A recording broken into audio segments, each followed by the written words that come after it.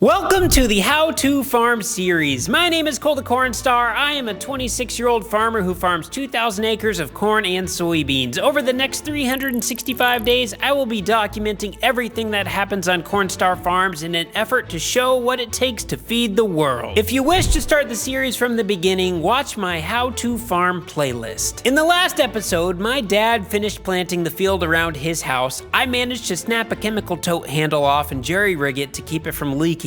I had several issues with the sprayer. What the? I'm getting angry. How are you now leaking? And my brother, Cooper, ran a neighbor's tractor almost all night long so we could use it for today. Up to this point, we are 20% done with soybean planting, 0% done with corn planting, 23% done spraying soybeans, 0% done spraying corn, and 40% of our total tillage done. At the start of today, our season expenses so far are $919,600 and the farm has not produced any income yet. Before we hop into it today, don't forget to subscribe to make sure you don't miss out on any of this series. Thank you for tuning in for the day, so let's get started. We have the full crew working today. I am on the farm. Number one most important guy. Not.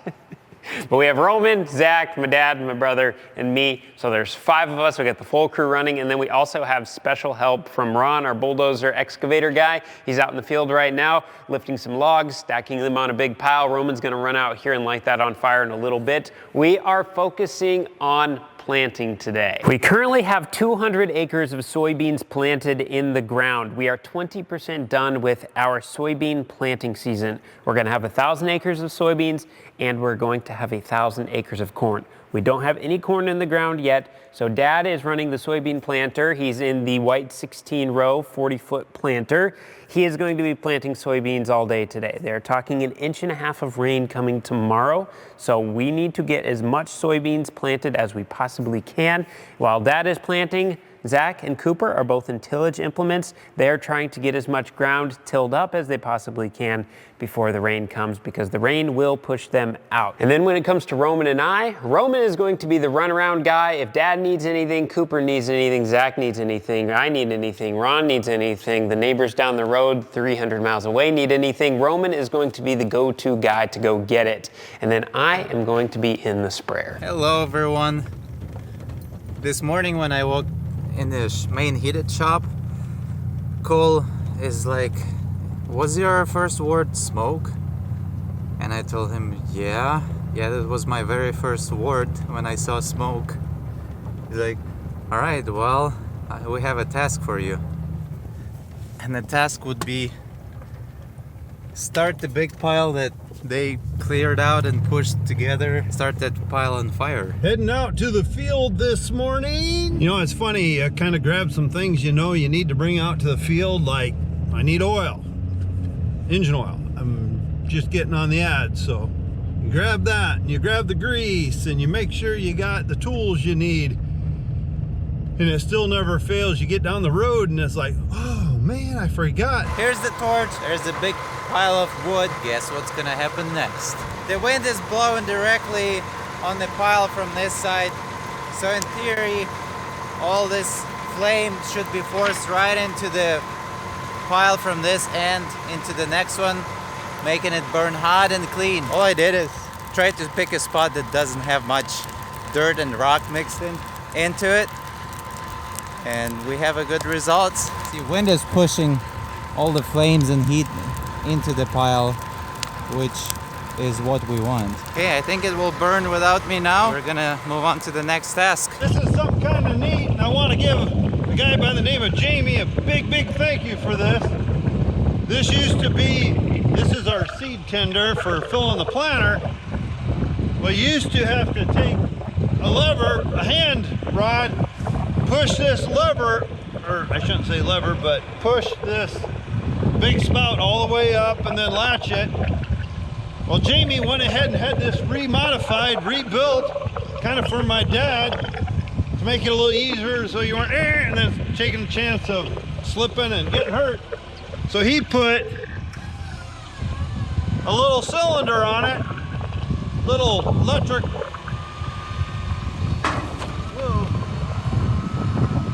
So it makes it a lot easier. So I want to give Jamie a big thank you for that. I get to use it now that my dad's not here, but I think about my dad every time I flip that up. Because I remember my dad thought that was the neatest thing in the world. All right, let's get this thing started. I always shut the gas off, turn the choke on, hit the yeehaw!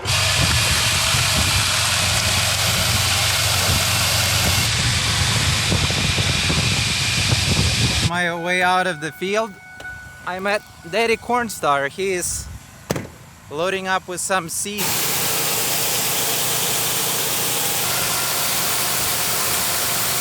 So the math is there is about 50 to 60 bags in that Pro box, and one bag of beans costs around $60, give or take.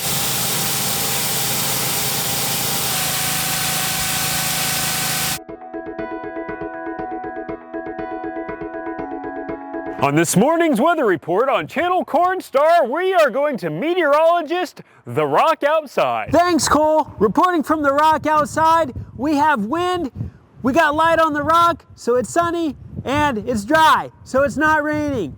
Back to you. Looking at the weather for today, they are talking beautiful temperatures, a high of 77 degrees, and we need to be looking out for the wind. Since we are going to be spraying, if we have anything over 12 miles per hour, it is going to be too windy for us. They are talking gusts later this afternoon, starting at 4 p.m.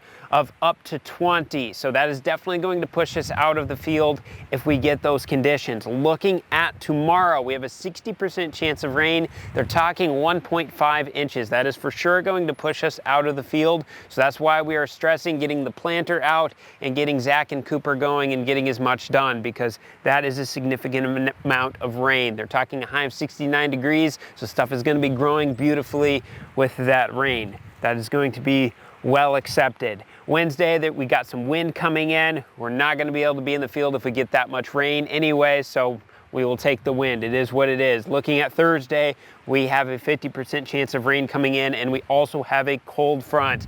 That goes into Friday, Saturday, as well as Sunday. We need to keep an eye on those low temps in the Friday, Saturday, Sunday category, because if we have anything poking up out of the ground when we start getting to around 32 degrees, that is freezing, we could get some frost damage. We don't want that. I don't think anything's been in the ground long enough where we're gonna have anything poking its head through yet, so we should be okay, but we just want to keep an eye on those lows. And then going into Monday, Tuesday, Wednesday, it looks like a warming trend coming back. We get into the low, middle, upper 60s, and then we may be able to get back into the field around that time. Now here's the thing with the weather, it always changes, but it is super critical for us to look at that, because that depicts what decisions we are going to be making today, tomorrow, and as well as going into next week.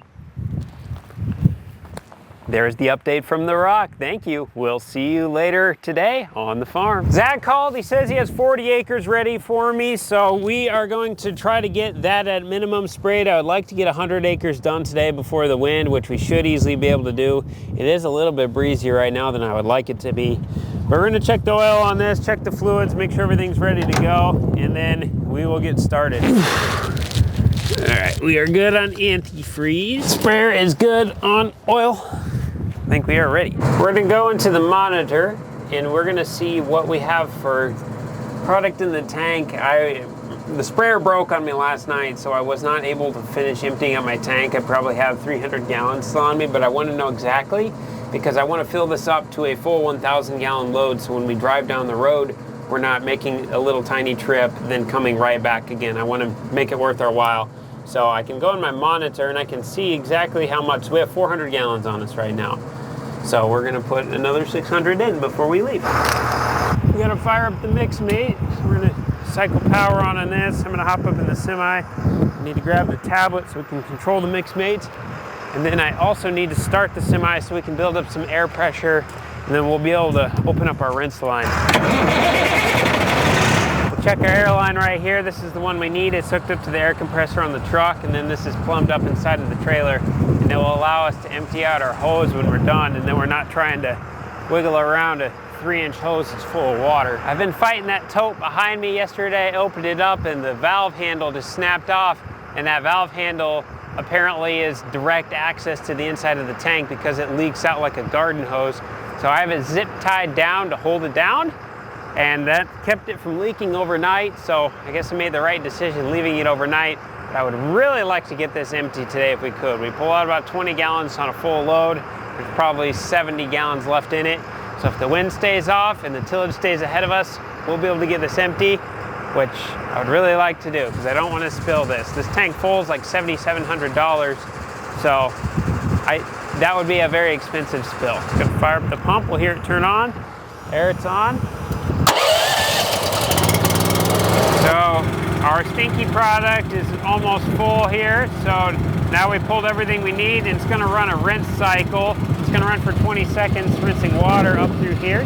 So that way it's nice and clean. So then we're not having any of that residue buildup in there. So that noise we hear right now, that is the rinse going. And we're still getting water pulled into the sprayer at the same time from the big green tanks in the back. So once this rinse cycle's done, which is 97%, 100%, okay, now it's done rinsing. Now it's gonna solely focus on putting water in. So we need another 400 or so gallons. This piece of technology on our sprayer trailer is called a Mix Mates. It's made by a company called Praxidine.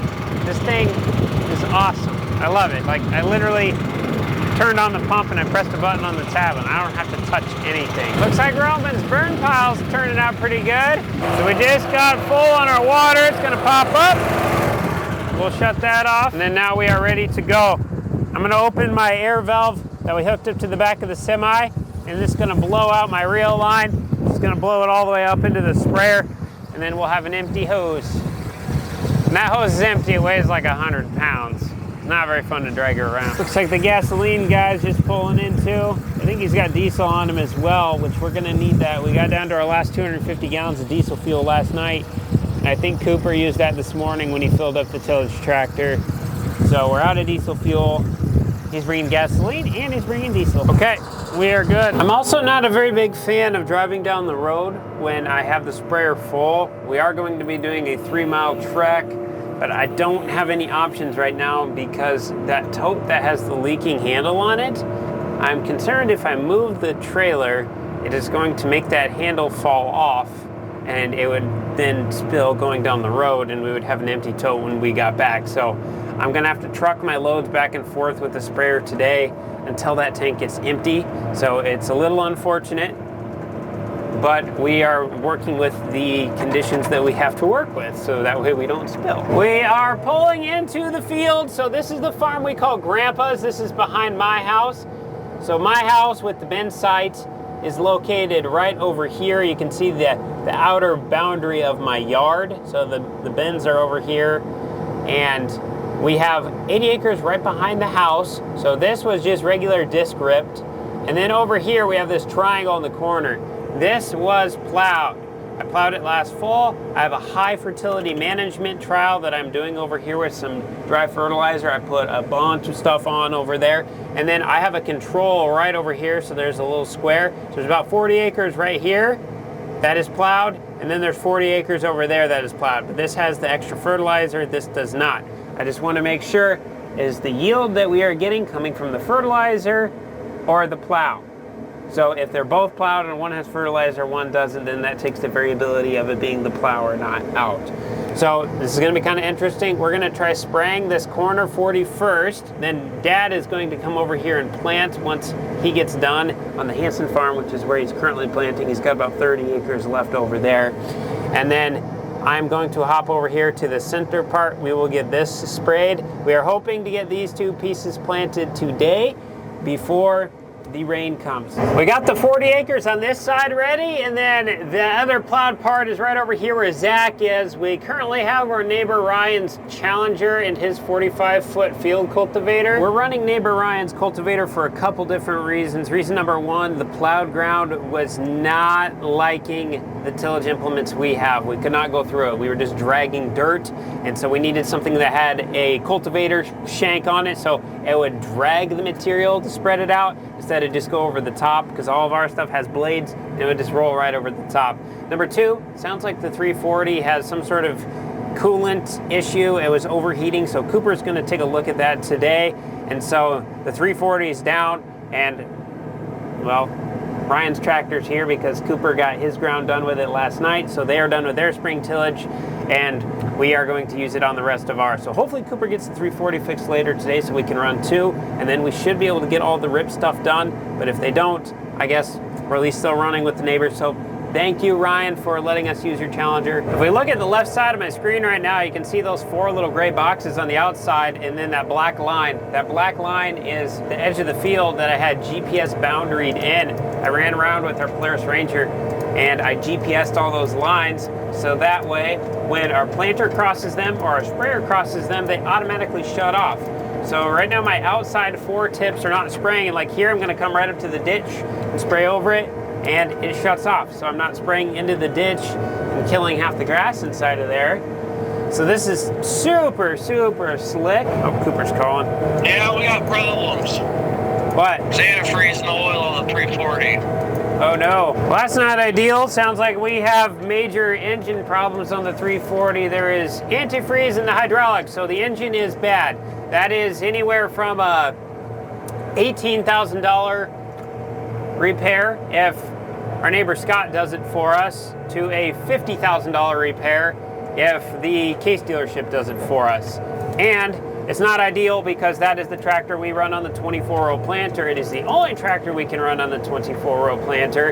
It is fully set up with an ag leader setup, and we are smack in the middle of planting season, so it's not like we can get this done in a couple days and be back in the field ready to go. Everybody else has their tractors that are set up for ag leader on their planters running, so the likelihood of us finding one right now to use for our 24-row planter is pretty slim, I would say. We're looking at renting one. We're gonna try to get in contact with a few people we know, see if we can figure something out, but not really sure what we're gonna do yet. That's kind of a slap in the mouth. Tractor's got 2,300 hours on it. And yeah, so I guess that's a good first hour of the day. I might as well put a face to the name. This is our 2013 Case IH Magnum 340. We bought it at the end of 2019. It was used. It had 1,000 hours on it. We have 2,300 hours on it now, and this is the one that has engine problems. When it comes to mechanical stuff, I'm about as mechanic as changing the oil and putting on a new tire, so bear with me, please. Last night, Zach was running this on the real disc, and he said in his last couple rounds, all of a sudden the temperature gauge would go from 185 degrees, which it was where it was all day, all of a sudden to 230. And then so he'd rev everything down, let it cool off, and then it would jump back to 190, and then he would go for 15 seconds, all of a sudden 230. It just going, like shooting way up.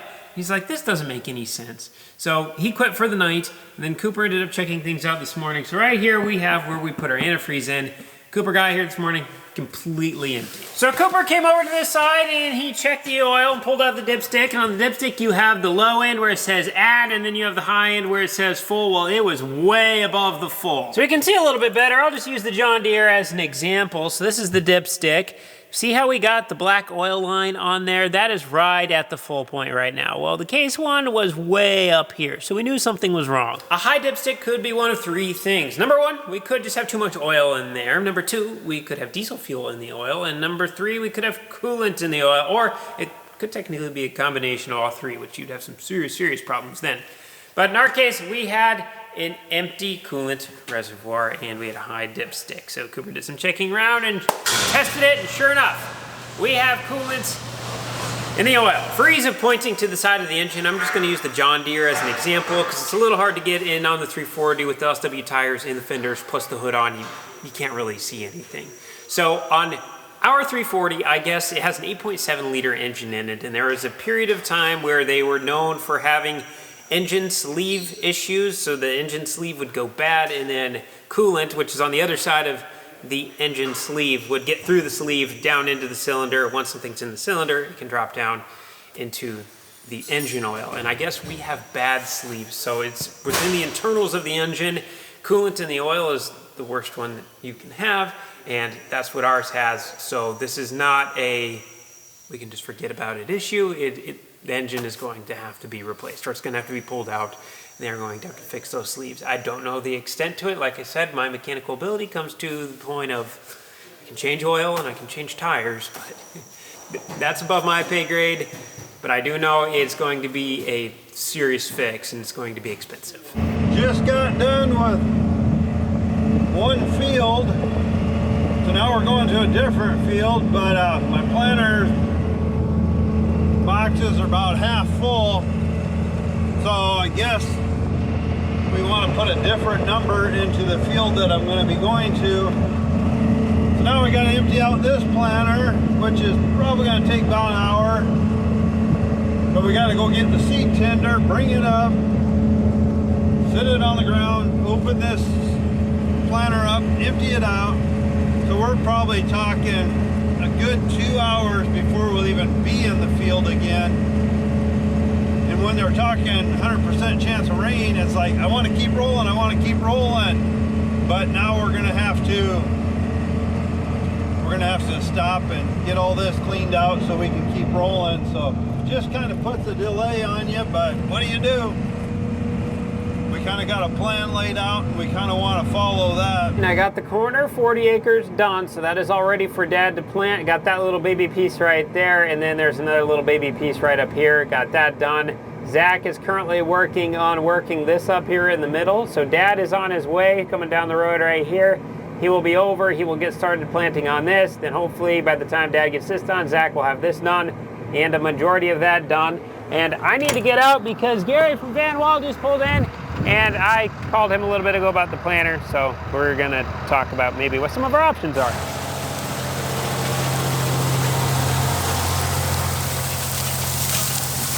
By the way, check out my new shirt. Thank you, Cole. We're witnessing a process of smoothing out the field so they are ready to be sprayed and planted. Not particularly the meeting that I wanted. We are looking to rent either a tractor or a tractor planter combination, and he talked to his manager and they said that they would be willing to trade us out for our planter and tractor to get us into a new setup, and no, I don't want to do that. And I don't want to do it for two different reasons. Reason number one, all of our everything else is set up on an ag leader GPS / monitoring / data tracking, and so when you would go to deer, it does not talk straight to ag leader. So we would have a mixed match group of things, and it would just be an absolute nightmare because you'd have two sets of data for everything and nothing would really cross over. So that's reason number one, I don't want to do it. And reason number two, hey, we'll trade you in for what you have is terms for, hey, we will give you $200,000 for your $350,000 setup, and then we'll just finance the other $600,000 worth of stuff we want to sell you on top of the trade-in. So I don't want to do that. So on to the next option for the tractor.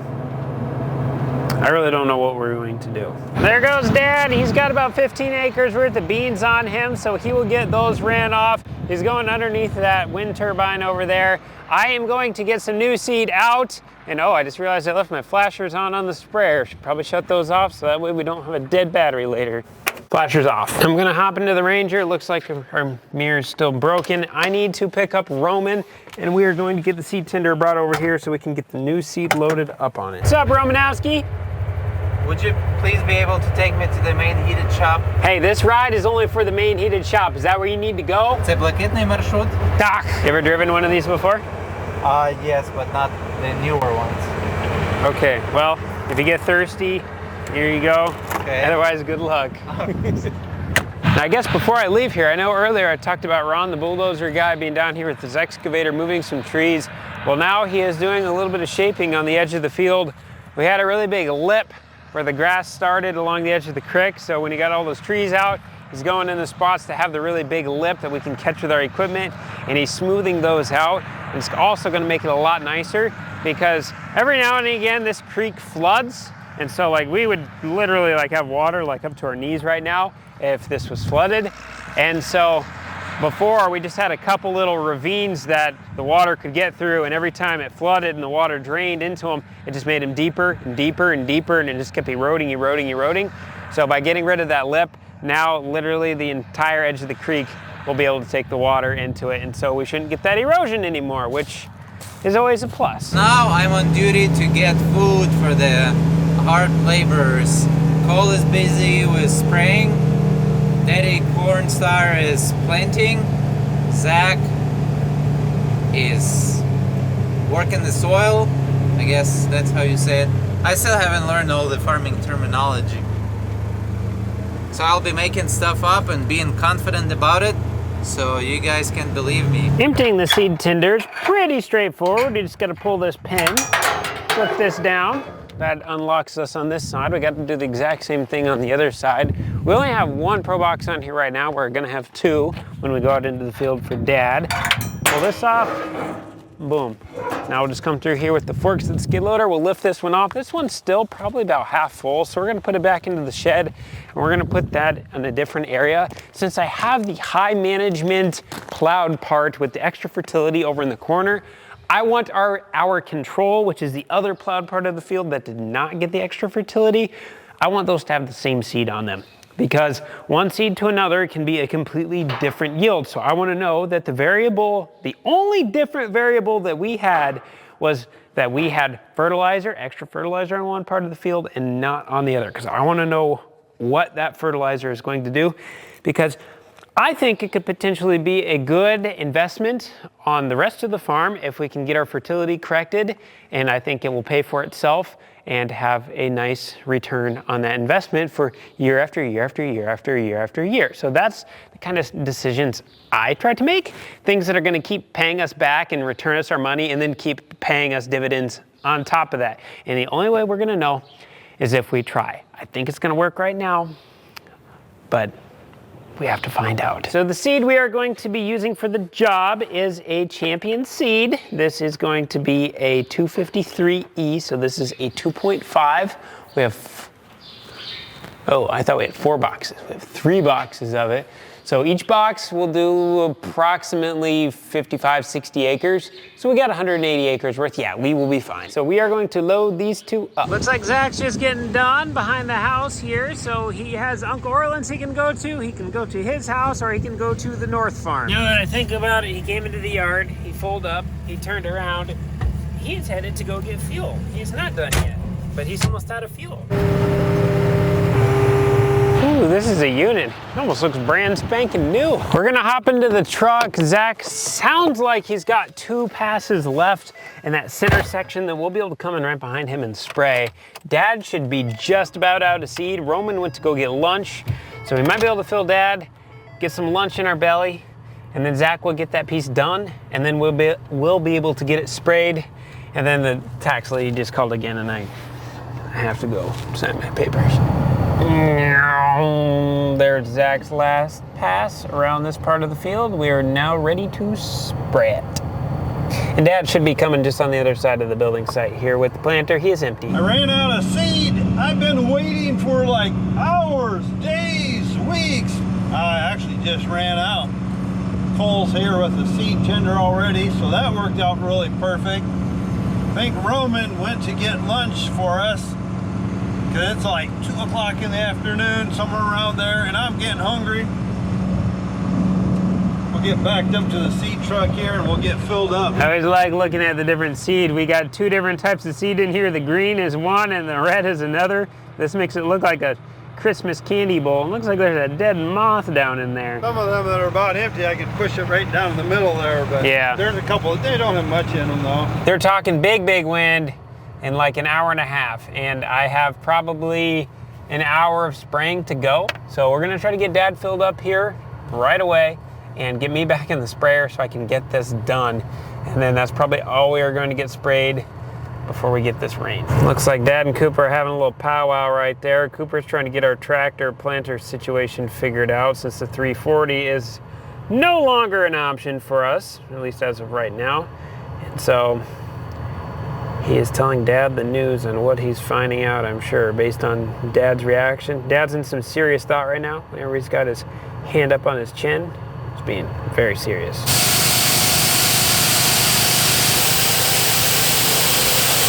So this is the seed tender. Inside these big black boxes, we have our seed. So in this case, we're planting soybeans, so there's soybeans inside of them. The boxes are outfitted with a little slide gate right here on the side. So you pull that out, and then the seed falls down into a hopper below. The hopper brings you to this auger, and Dad hits the switch. Auger brings it up, drops the seed down.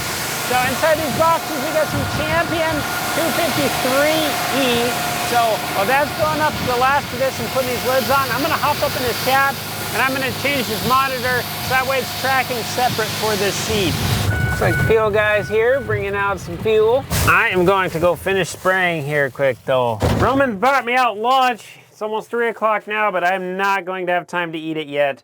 And by the way, I still don't have air conditioning in the sprayer. So my subs are gonna get warm. On the way over, I was trying to calculate how many gallons we were going to need. I can do 65-acre batches. I need 59 acres worth, so I think I'm just gonna load up a full batch. And then there'll be another little area where Zach's working in the new spot I can get emptied off with. I just don't wanna be short. I wanna make sure that I get everything I need done, especially on that plowed area, because with this rain coming, I just don't want to get caught with our pants down and have a spot we can't get back into for a few days and then we get weeds going in there. That is not ideal. Got a gallon of stinky product out already. That's the bottom one. We're going to be putting 18 in out of that one. And then the top ones are water. So it gives us like a chart that fills it out as it goes. Kind of cool. All right, she is full. We're gonna blow out our line, and then this is gonna be the last load we're gonna get sprayed today. Okay, I'm gonna go finish spraying this out, and then I gotta go to my CPA and sign my taxes. Ron is cutting this slope to make it more gradual, so everything from here where he is already working is gonna be just nice, one gradual surface. And then eventually it's gonna be grass, all nice, and it can be sourced for making some hay bales for Cooper. Did you get any sleep? 3 hours. 3 hours? That's plenty, is it? Oh yeah, I'm good. Spraying on this plowed stuff is like floating on a cloud. Our next task would be to go out in the field and pick up a few piles of rock that Zach made for us, because he just simply ran out of room that he had, which is a box that's full of rocks, and we cannot have them for the daddy Cornstar to plant, so we need to get them out so he can start planting. I thought you picked these up on your lunch break. What were you doing all night long? You said you slept out here. Well, I slept here. You said you slept out here. That's what I did. I slept here. I didn't do anything else. It's getting fuller. Dun, dun, dun, dun, dun, dun. We got the corner done. Dad's basically got this whole piece right here almost done planting. He's got like this little baby corner triangle left. I got that all done, so Dad is gonna try to get that planted yet tonight, and that is our goal. I ran off my last little bit right there, so now I am empty, and we are currently sitting right up here, which is at the bin site. Now we gotta go sign our taxes. Cooper and I picked up a lot of rocks, but there is that one that's just too big and we need some help. Well, it sounds like there's like 30, 40 acres left of plowed ground. Cole just called and wondered if I could get that at least planted yet tonight. I don't even know where my phone at. Oh, I guess it's up charging on the, but it's probably, well, it's almost 6 o'clock, so I'm hoping we can get that done yet tonight, but I gotta outline everything and then go over and plant that. We're just trying to get what's plowed planted so that if it rains, that will be done, because that'll probably be the gooeyest for a while. Probably get all that done. I'll probably be ready to quit for the night, but it's probably gonna be 10 o'clock or so before we get done. Then we wanna get all the equipment put away in the machine shed, locked up, in case we get any bad weather tonight or tomorrow. Everything will be safe. All right, I gotta find out how I've gotta plant this over here, so See what we got going on. Oh, there they be. 3 stacks of stuff and a bill. Now it's time for a 5:45 lunch. That is also breakfast. Does that mean I don't have to cook dinner? No, we still need supper. Okay, we got it out. Now let's go load up the skid loader on the trailer. And we're gonna go and pick up some more piles of rock.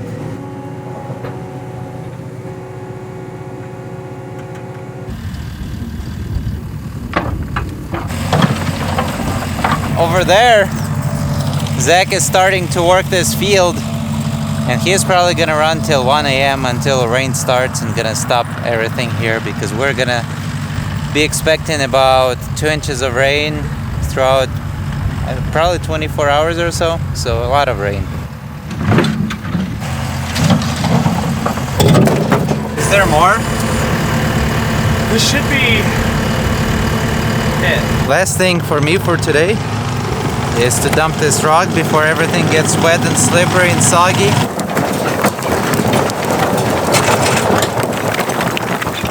Back from the tax appointment, it seems like the wind has died down substantially. It like really calming down a lot, not whipping me around like it was earlier. So sun's gonna go down in about an hour. I'm gonna try to load up one more load. I have a straight 80 acres right behind the house where I have almost half-mile long rows, and I can really cruise on there, and there's only one waterway I have to go around. So I think I can get that knocked off pretty quick. That's one more load we'd get done before this rain that we're supposed to get tomorrow.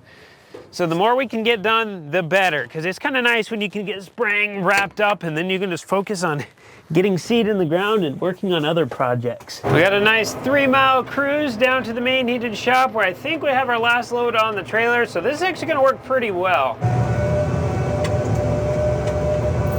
D-U-N. When I got done, I had 12 gallons of product left in the tanks. We had a little bit less than an acre, so that was stinking perfect. We know that they're talking rain tomorrow, but there could be a possibility of the chance of hail just with the temperature swing that we're gonna have. Like springtime, you never know. So we're gonna try to get the semi in with the mix made on it. We already got both of the sprayers tucked up in here, and then neighbor Ryan's tractor, who we are borrowing, we're gonna try to get that to fit inside of here too, because we don't want that to get hailed on while it's on our watch. Dad's still planting out here. Those are his lights right there. He's in this plowed part.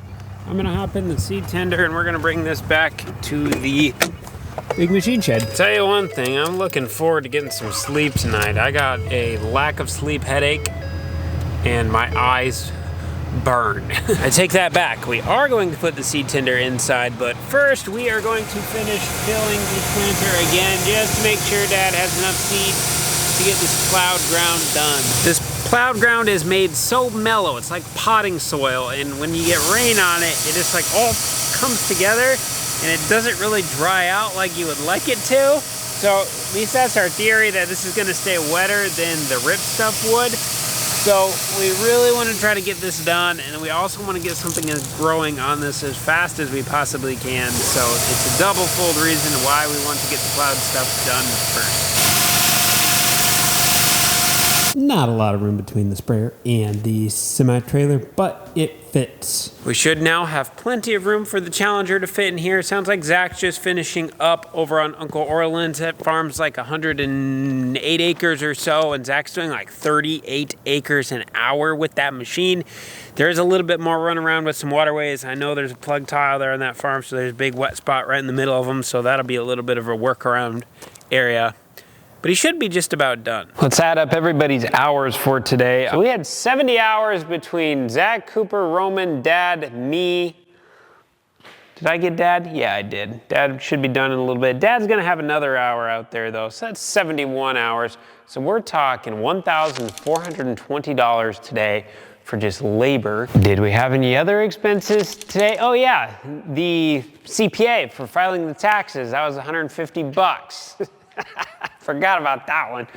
See, it sounds bad, but we are so numb to these large sums of money numbers because I've been around it my whole life, and this is just what stuff costs. And so when something's $150, you're like, whew, that's it, good. Because you're so used to dealing in the $1,500, $15,000, $150,000 price tags on things just for normal day-to-day operations. Like a typical month, you'll see at the end of this month, but several $100,000 flows through the farm every single month.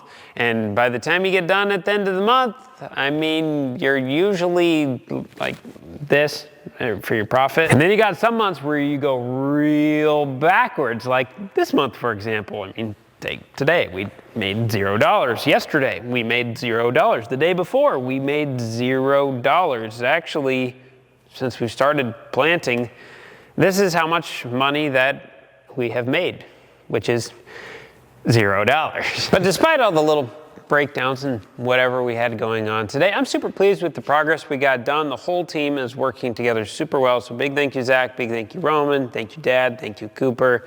It'd be weird if I thanked myself. But I'm gonna go into the house and get some food and go to sleep. So we will be back in the morning.